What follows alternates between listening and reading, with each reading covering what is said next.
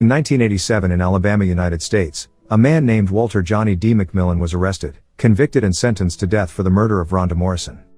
Johnny was actually innocent. He's punished for a crime he didn't commit. He then had to be held in prison until the day of his execution.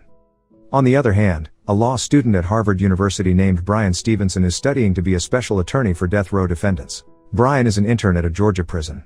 One of the prisoners asked Bryan why he went to Harvard when there were so many white people there. He then said his reason for becoming a lawyer was because he wanted to help other people. But he doesn't yet know the best way to do it because that year racism was still high in America. Not only for criminals, even for an educated person like Bryan. Come back. Long story short, after Bryan graduated, Bryan intended to move to Alabama. But his family, including his mother, did not agree if Bryan went there. Because racism for black people is very severe. Moreover, many people died there just because of self-defense.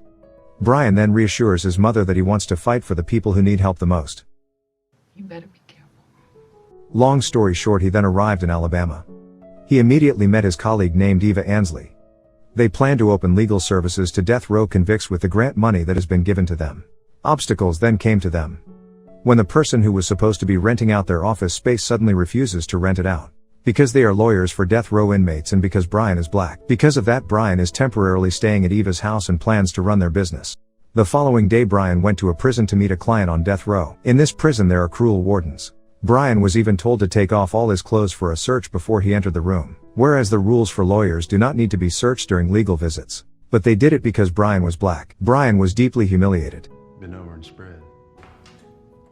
There he met several inmates who were usually in his lawyer's residence. One of them is Herbert Richardson, a former doctor in the Vietnam War who was convicted of detonating a bomb that killed one woman but not on purpose. As a former Vietnam War soldier, he has post-traumatic stress disorder or PTSD, which Bryan's job is to try to help them escape the death penalty because whatever they do, their lives still have meaning. Bryan then met Johnny D., who was staying with his lawyer because he ran out of money and was sentenced to death. Johnny D. was fed up with promises that had previously been promised to file an appeal until he submitted a reconsideration until the trial to the Supreme Court. But still rejected. According to Johnny D., black people like them will only be suppressed and will be vomited. They don't even hesitate to accuse people without evidence because they don't need it. Even false witnesses they can easily present. Tired of all this, Johnny D. rejects Bryan. He thinks Bryan will not be able to fight the corrupt people out there. There will be no justice for black people. When he returned to Eva's house, he then tried to recheck the files of people he had visited while in prison so that he couldn't sleep.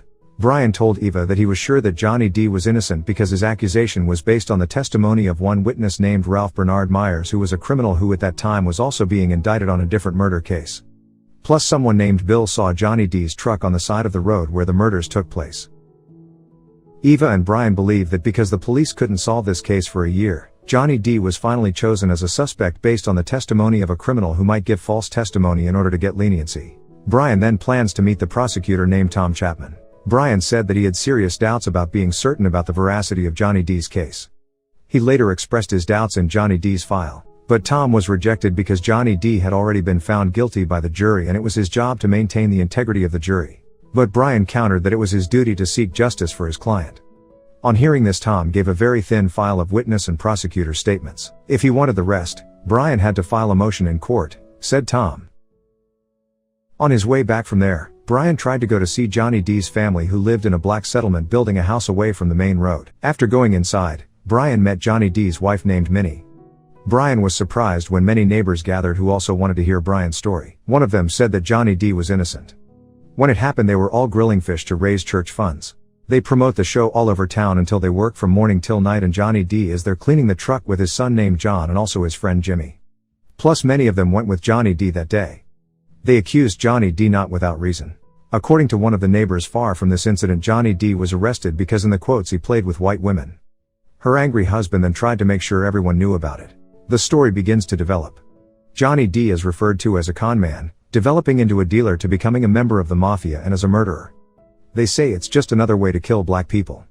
Bryan said that he would help without Johnny D.'s family paying for it. After the meeting, John introduced Bryan to his friend Darnell.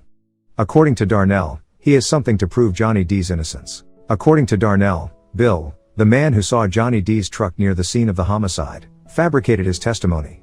Because Darnell worked with Bill from 8 in the morning until noon.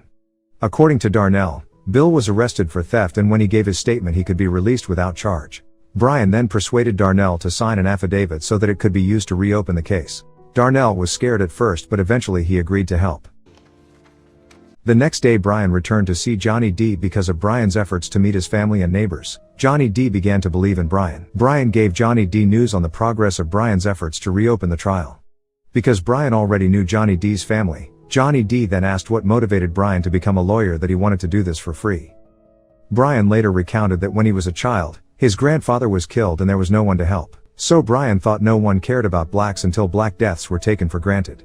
Hearing this, Johnny D agreed Bryan to be his attorney. In the prison room, Johnny D gets word from Herbert that his execution date has been set. Johnny D told Herbert not to give up because they already had Bryan. It's really unfortunate fate, Herbert. He went to Vietnam to defend his country but was thrown into prison like trash. Even though PTSD was caused by the war he went through, he should have been hospitalized and treated, but that year there was no justice for black people. Herbert left for Vietnam at the age of just 18 and was the only survivor after the Vietnamese army invaded his group. Because of that he later had a mental disorder until he attempted suicide. After returning to America, Herbert's PTSD got worse. During the trial, none of the facts about his assignment to Vietnam or the mental trauma he experienced were revealed. That night, Eva received a call because she was working with Bryan. Of course Eva, who heard the threat of bombs under her house, she became frightened. When the police came to check her house, they found nothing. Because of that incident, Bryan said he wouldn't blame Eva if she wanted to stop. But Eva refused because she thought she would still do what she thought was right even though she was shunned by her friends or received threats like earlier. Eva then asked what they planned to do for Johnny D. The next day Bryan and Eva went door to door to ask the residents about anything they knew about the Rhonda Morrison murders. Of course, many refused after knowing that they were working to defend Johnny D, but Bryan got a former police officer who found the body for the first time and he was willing to tell the story. Eva also found a flyer that Johnny D's family made about a fish grilled event for their church's fundraiser, and it could be evidence. While gathering information, one day Bryan managed to find a house to serve as his office. Bryan named his office the Equal Justice Initiative. There Bryan and Eva's business began. Besides focusing on handling the case of Johnny D and his friends, they also began to accept other cases and also new employees. One day Darnell called Bryan for help. It turns out that Darnell's affidavit got him arrested because he was accused of giving false testimony even though he was telling the truth. Bryan took the time to try to drop the charges because he saw Darnell was terrified and was convinced that they wouldn't be able to fight the man. Darnell then refuses to help and asks Bryan to convey his apologies to Johnny D's family. Bryan gets annoyed and then he goes in there and goes straight to Tom as well as Sheriff Tate. Bryan asked for the charge of false testimony against Darnell to be dropped because it had no basis. Bryan asked for it to be repealed so Darnell could testify in court. Tom and Sheriff Tate looked down on Bryan. They agreed but were followed by news that Bryan's motion to open the trial would be rejected even though Bryan had not received any official news.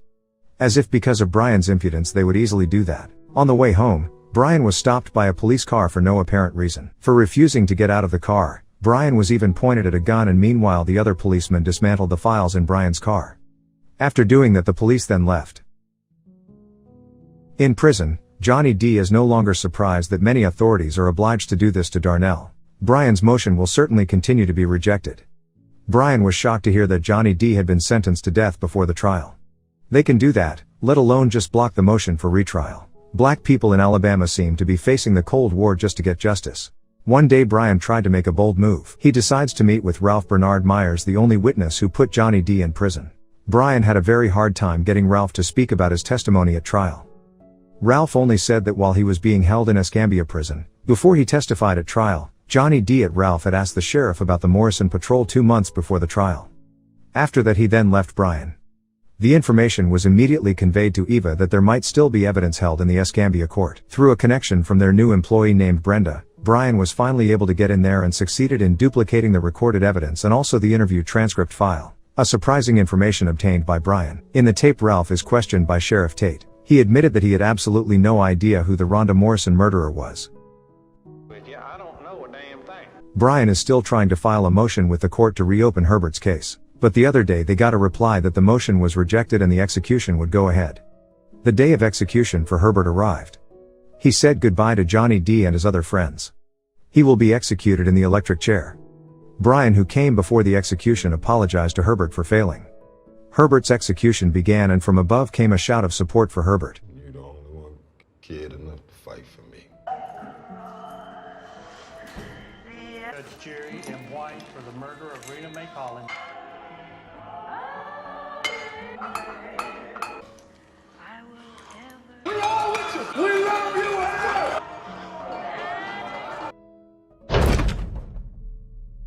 For the first time, Bryan experienced the most terrible thing in his life. After Herbert's execution, Bryan has even more motivation to help Johnny D.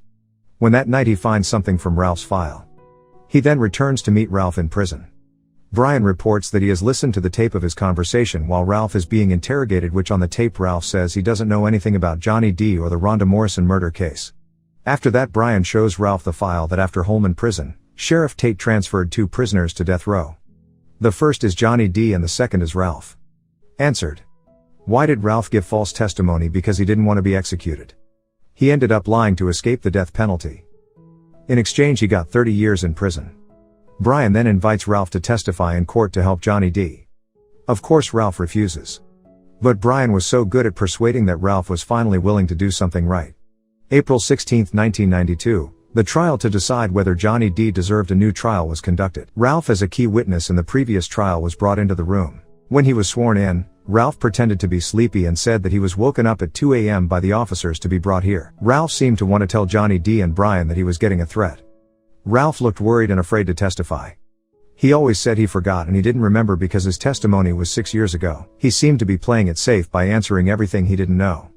Bryan knows that Ralph is afraid of Sheriff Tate, so he blocks Ralph Tate's view of Sheriff Tate. Bryan then played Ralph's psychology. He told Ralph to appoint Johnny D so he could see an innocent person separated from his wife and children for a crime he didn't commit. And Ralph was the one who caused it. After Bryan repeats his question, Ralph answers the question emphatically that he didn't see Johnny D at the scene. Absolutely not. Thank you.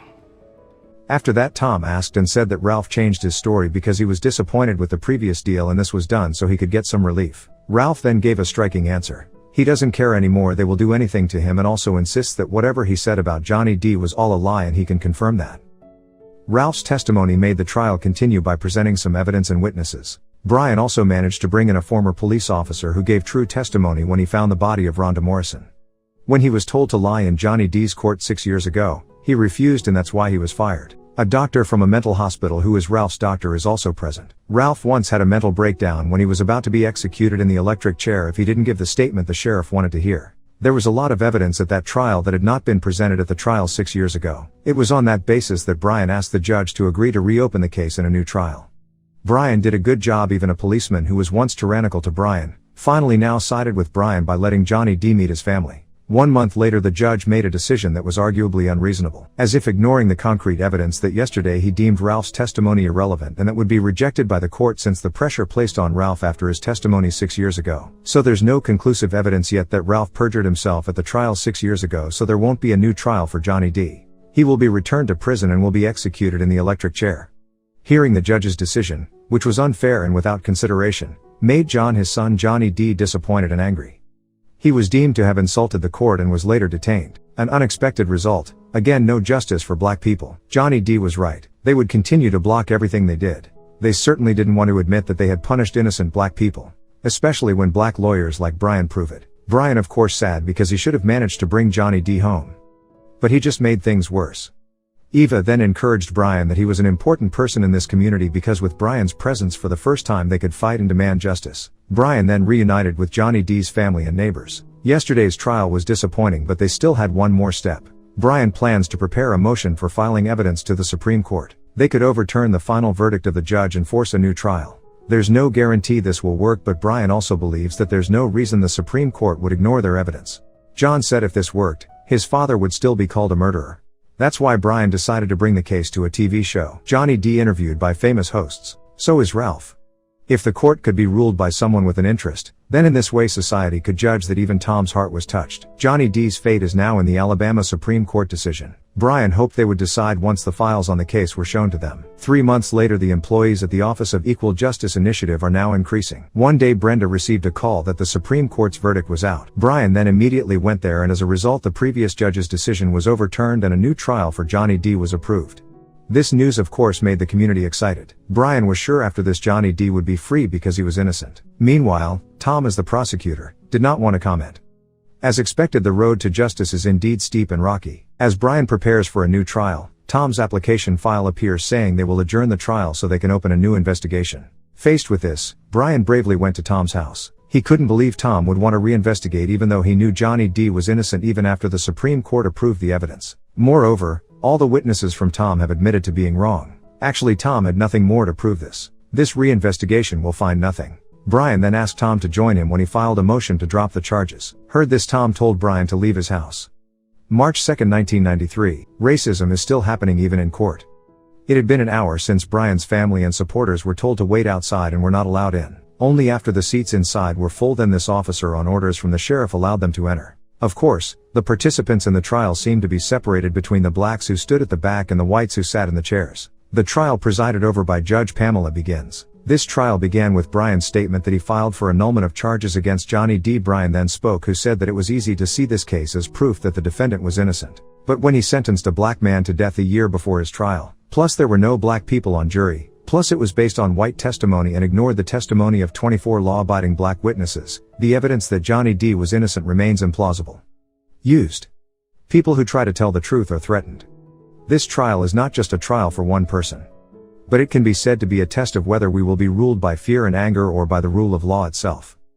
If those who are standing behind it are immediately said to be guilty when they get accused, if they live in fear because this could happen to them. If the system treats the guilty rich better than the innocent poor, then we are not fair. If justice is equal to protect the rights of every citizen regardless of wealth, race, or status, then the nightmare for Johnny D.'s family should end soon. Bryan said that the allegations against Johnny D. proved to be made up, from people who have a vested interest in reputation. They ignore the truth by doing that. It means we have not respected the law. It is not justice and it is not right. When it was Tom's turn to make his statement, Tom surprisingly said that he agreed to join Bryan. He agreed Johnny D.'s lawsuit was dropped. Trial is over. Johnny D. can be free and can go home. Bryan finally managed to save Johnny D. after 6 years in prison for a crime he didn't commit. Johnny D. then packed his things. His freedom was greeted by the screams of the other inmates, as well as Ray, who cried seeing this victory. Johnny D. was finally able to return to his home to be with his family and community members. Bryan's victory of course brought new hope to the case of false accusations based on racism. On April 2, 1993, state senators invited Bryan and Johnny D. to hear about the death penalty. In front of the senators, Bryan said that the opposite of poverty is not wealth. The opposite of poverty is justice. That the character of the nation will not be reflected in the way we treat the rich and the privileged, but in how we treat the poor who are disliked and despised. If we look at ourselves more closely and honestly, then we will see what we need. Justice is all we need. Only compassion.